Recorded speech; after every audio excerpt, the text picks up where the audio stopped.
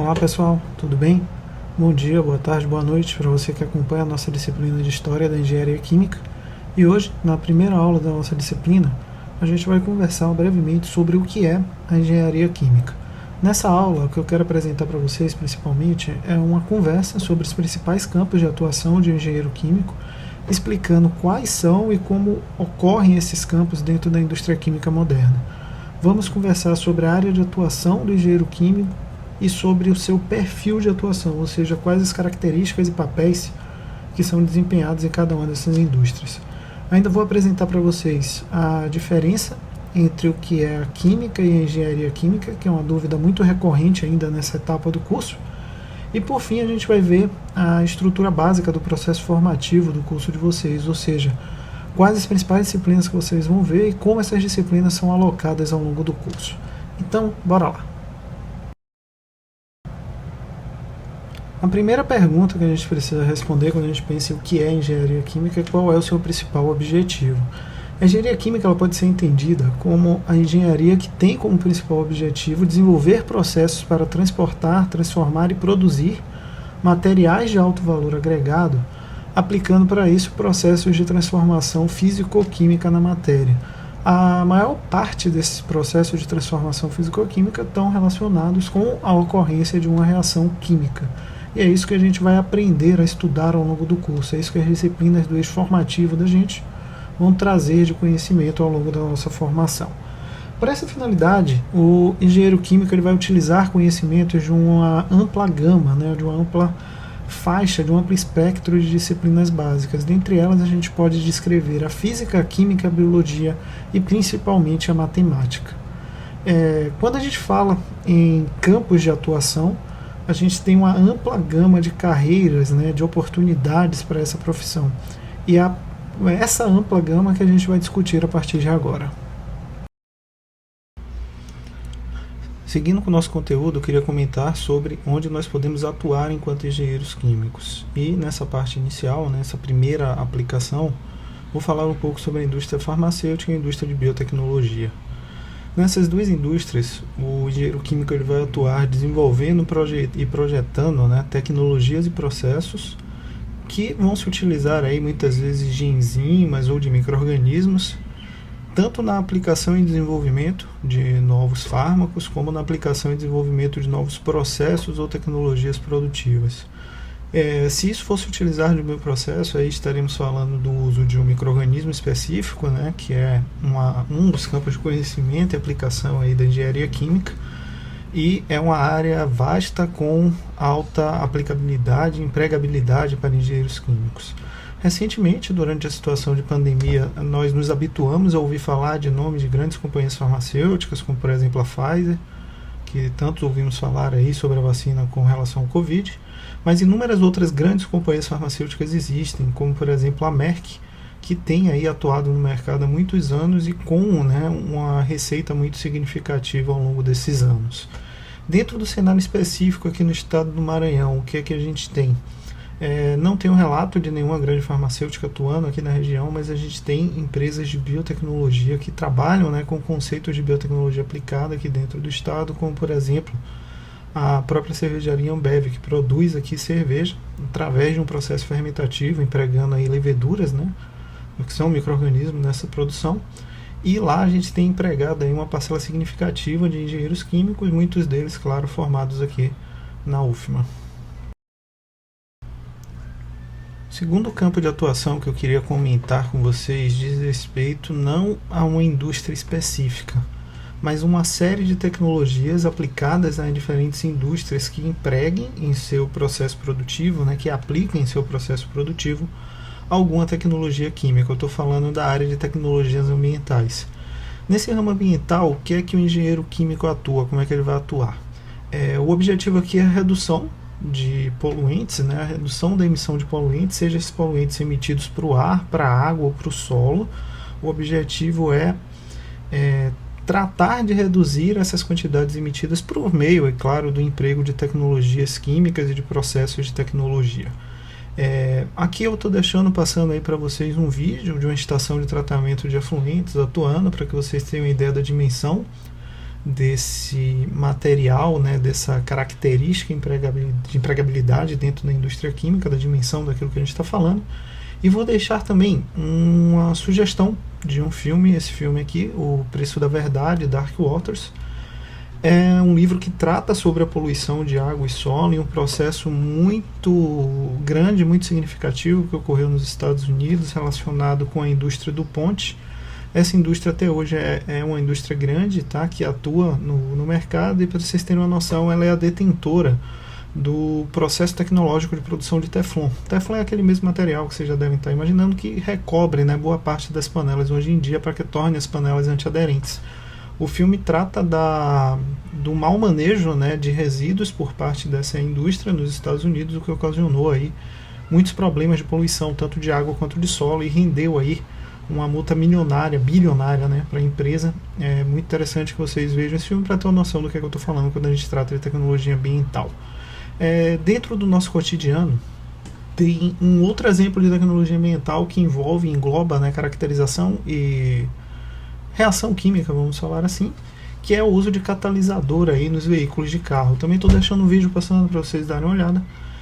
E nesse vídeo vocês conseguem visualizar, né, como atua um catalisador no escapamento de um veículo. Esse catalisador ele vai atuar reduzindo a quantidade total de poluentes liberados para a atmosfera ao longo da queima dos combustíveis, né? Então vocês conseguem ter uma noção aí da vasta aplicabilidade que a gente tem nessa área de tecnologias ambientais. É uma área muito expressiva, muito significativa, que tem aí um amplo campo de atuação para engenheiros químicos.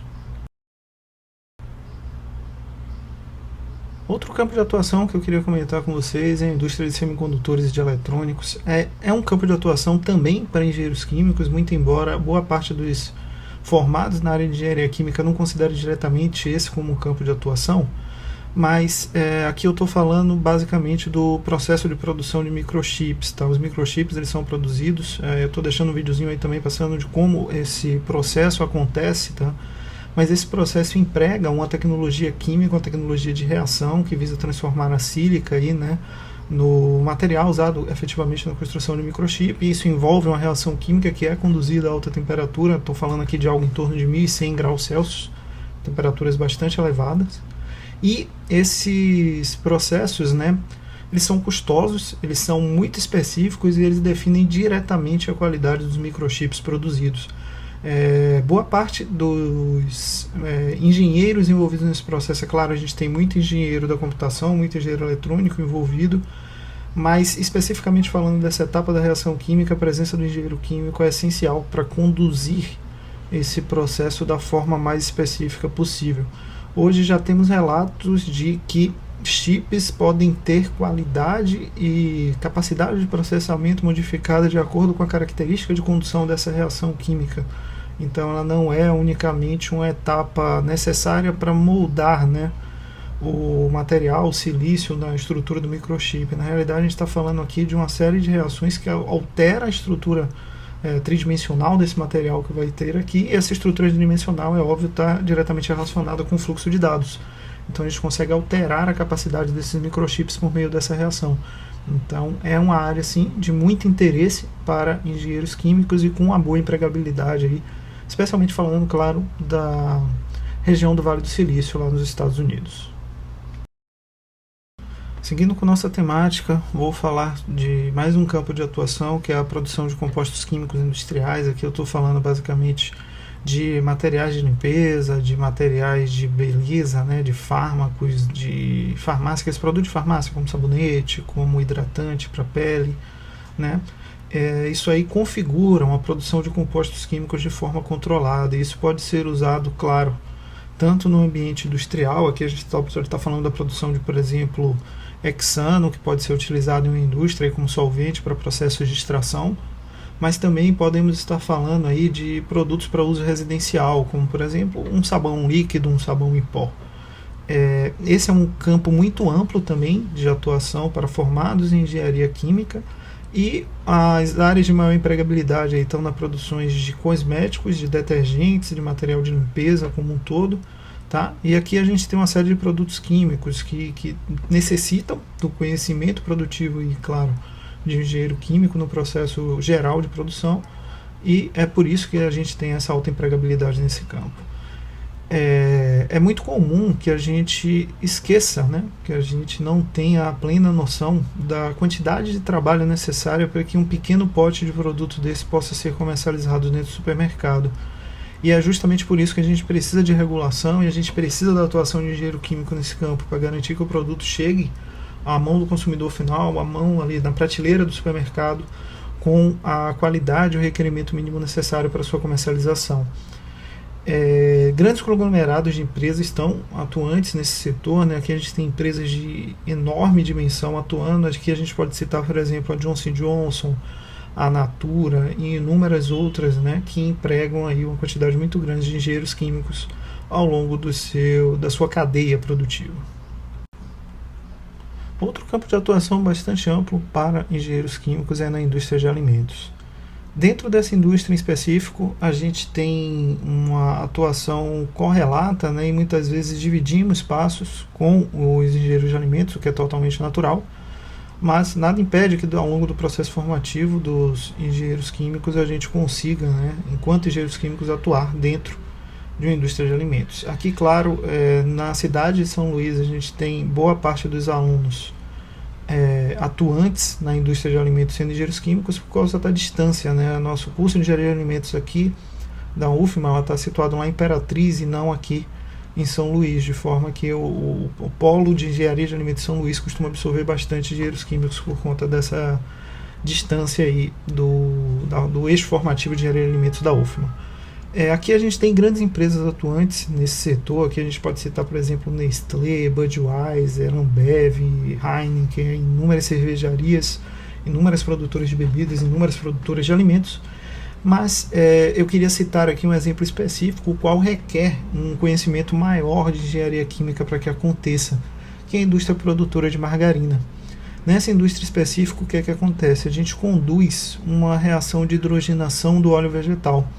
Esse óleo vegetal ele é hidrogenado, ou seja, a gente vai inserir moléculas de hidrogênio dentro das moléculas do óleo vegetal, e para isso a gente se utiliza de uma reação química conduzindo em um reator trifásico, né, um reator que tem fase líquida, fase sólida e fase gasosa, por isso ele é chamado de trifásico.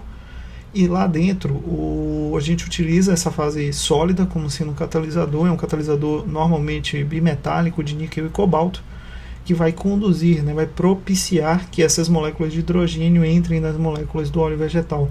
Então observem que é uma reação química com uma complexidade aí razoável, que demanda, né, um conhecimento significativo aí por parte do engenheiro atuante, e é por isso que nós precisamos e muitas vezes atuamos dentro da indústria de alimentos. Falando um pouco sobre outro campo de atuação, chegamos na tão famosa indústria de petróleo, talvez o campo de atuação mais famoso que a gente tenha para engenheiros químicos, tá? É uma das primeiras imagens que vem em nossa mente quando a gente pensa em engenharia química, de um engenheiro químico atuando em uma indústria de refinaria ou de captação, obtenção aí de petróleo. Essa, na realidade, a indústria de petróleo no Brasil e no mundo, ela é entendida como uma indústria de transformação. Ela transforma o petróleo cru em combustíveis, seja, por exemplo, a gasolina, o óleo diesel ou o gás, né, natural que a gente usa aí como um combustível aditivo, ou mesmo o gás liquefeito de petróleo que a gente utiliza nas residências como gás aí para os fogões. Boa parte das empresas atuantes nessa área são empresas gigantescas. Aqui eu posso citar, por exemplo, a Shell, a Exxon. No caso mais específico do Brasil, a gente pode citar a Petrobras. E aqui a gente divide espaço mais uma vez com outro tipo de engenharia, que é a engenharia de petróleo, tá? Aqui a atuação tanto de engenheiros químicos quanto de engenheiros de petróleo podem ocorrer em diferentes etapas do processo produtivo. Aqui a gente pode falar desde a extração do petróleo até o processo de reação química empregado aí na produção da gasolina de autooctanagem, na produção específica de combustíveis aí. Mas o campo, né, de atuação específico de engenheiros químicos dentro da indústria de petróleo está nas diferentes etapas que empregam reação química dentro do processo produtivo de petróleo, né? A gente vai atuar aí nessa parte de reações químicas. Aqui, como exemplo principal dentro da indústria de petróleo de etapa que emprega reação química, a gente pode falar das etapas de craqueamento catalítico, tá? Essa é a principal reação conduzida dentro desse tipo de indústria.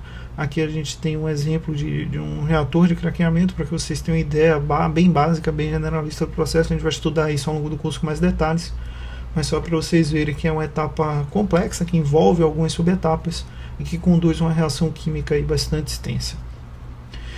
Aqui mais uma vez queria deixar um exemplo de um filme para que vocês vejam, tá? Aqui não é um filme lá com tanto louvor que eu gostaria de enfatizar, mas eu queria enfatizar com vocês os riscos associados com a profissão, com esse filme que eu estou indicando, tá? Esse filme é o Deep Horizon, né, que é um filme que retrata nele um acidente que aconteceu no Golfo do México, nos Estados Unidos. Aqui, claro, quero deixar bem separado toda a magia hollywoodiana por trás do filme, né, que a gente vê o engenheiro meio como super-herói, né, salvando vidas ali dentro, mas acredito que lá na hora a situação tenha sido muito mais desesperadora do que o filme retrata. Mas a alta representatividade dos riscos associados o filme traz, né? Lá vocês vão ver um acidente de proporções catastróficas. Esse acidente levou, né, infelizmente deixou aí 11 mortos e 22 pessoas feridas, e é só para vocês terem uma ideia da dimensão, da complexidade da atuação de um engenheiro químico dentro do campo aí, né, de atuação, só para vocês manterem essa atenção aí quando estiverem planejando a carreira de vocês. Por fim, chegamos na última área, né, de atuação que eu queria comentar com vocês nessa aula de hoje, que é o campo aí da produção de energias alternativas. Esse campo é extremamente promissor. Ao longo da última década foi um dos campos que mais teve aumento progressivo de empregabilidade para engenheiros químicos.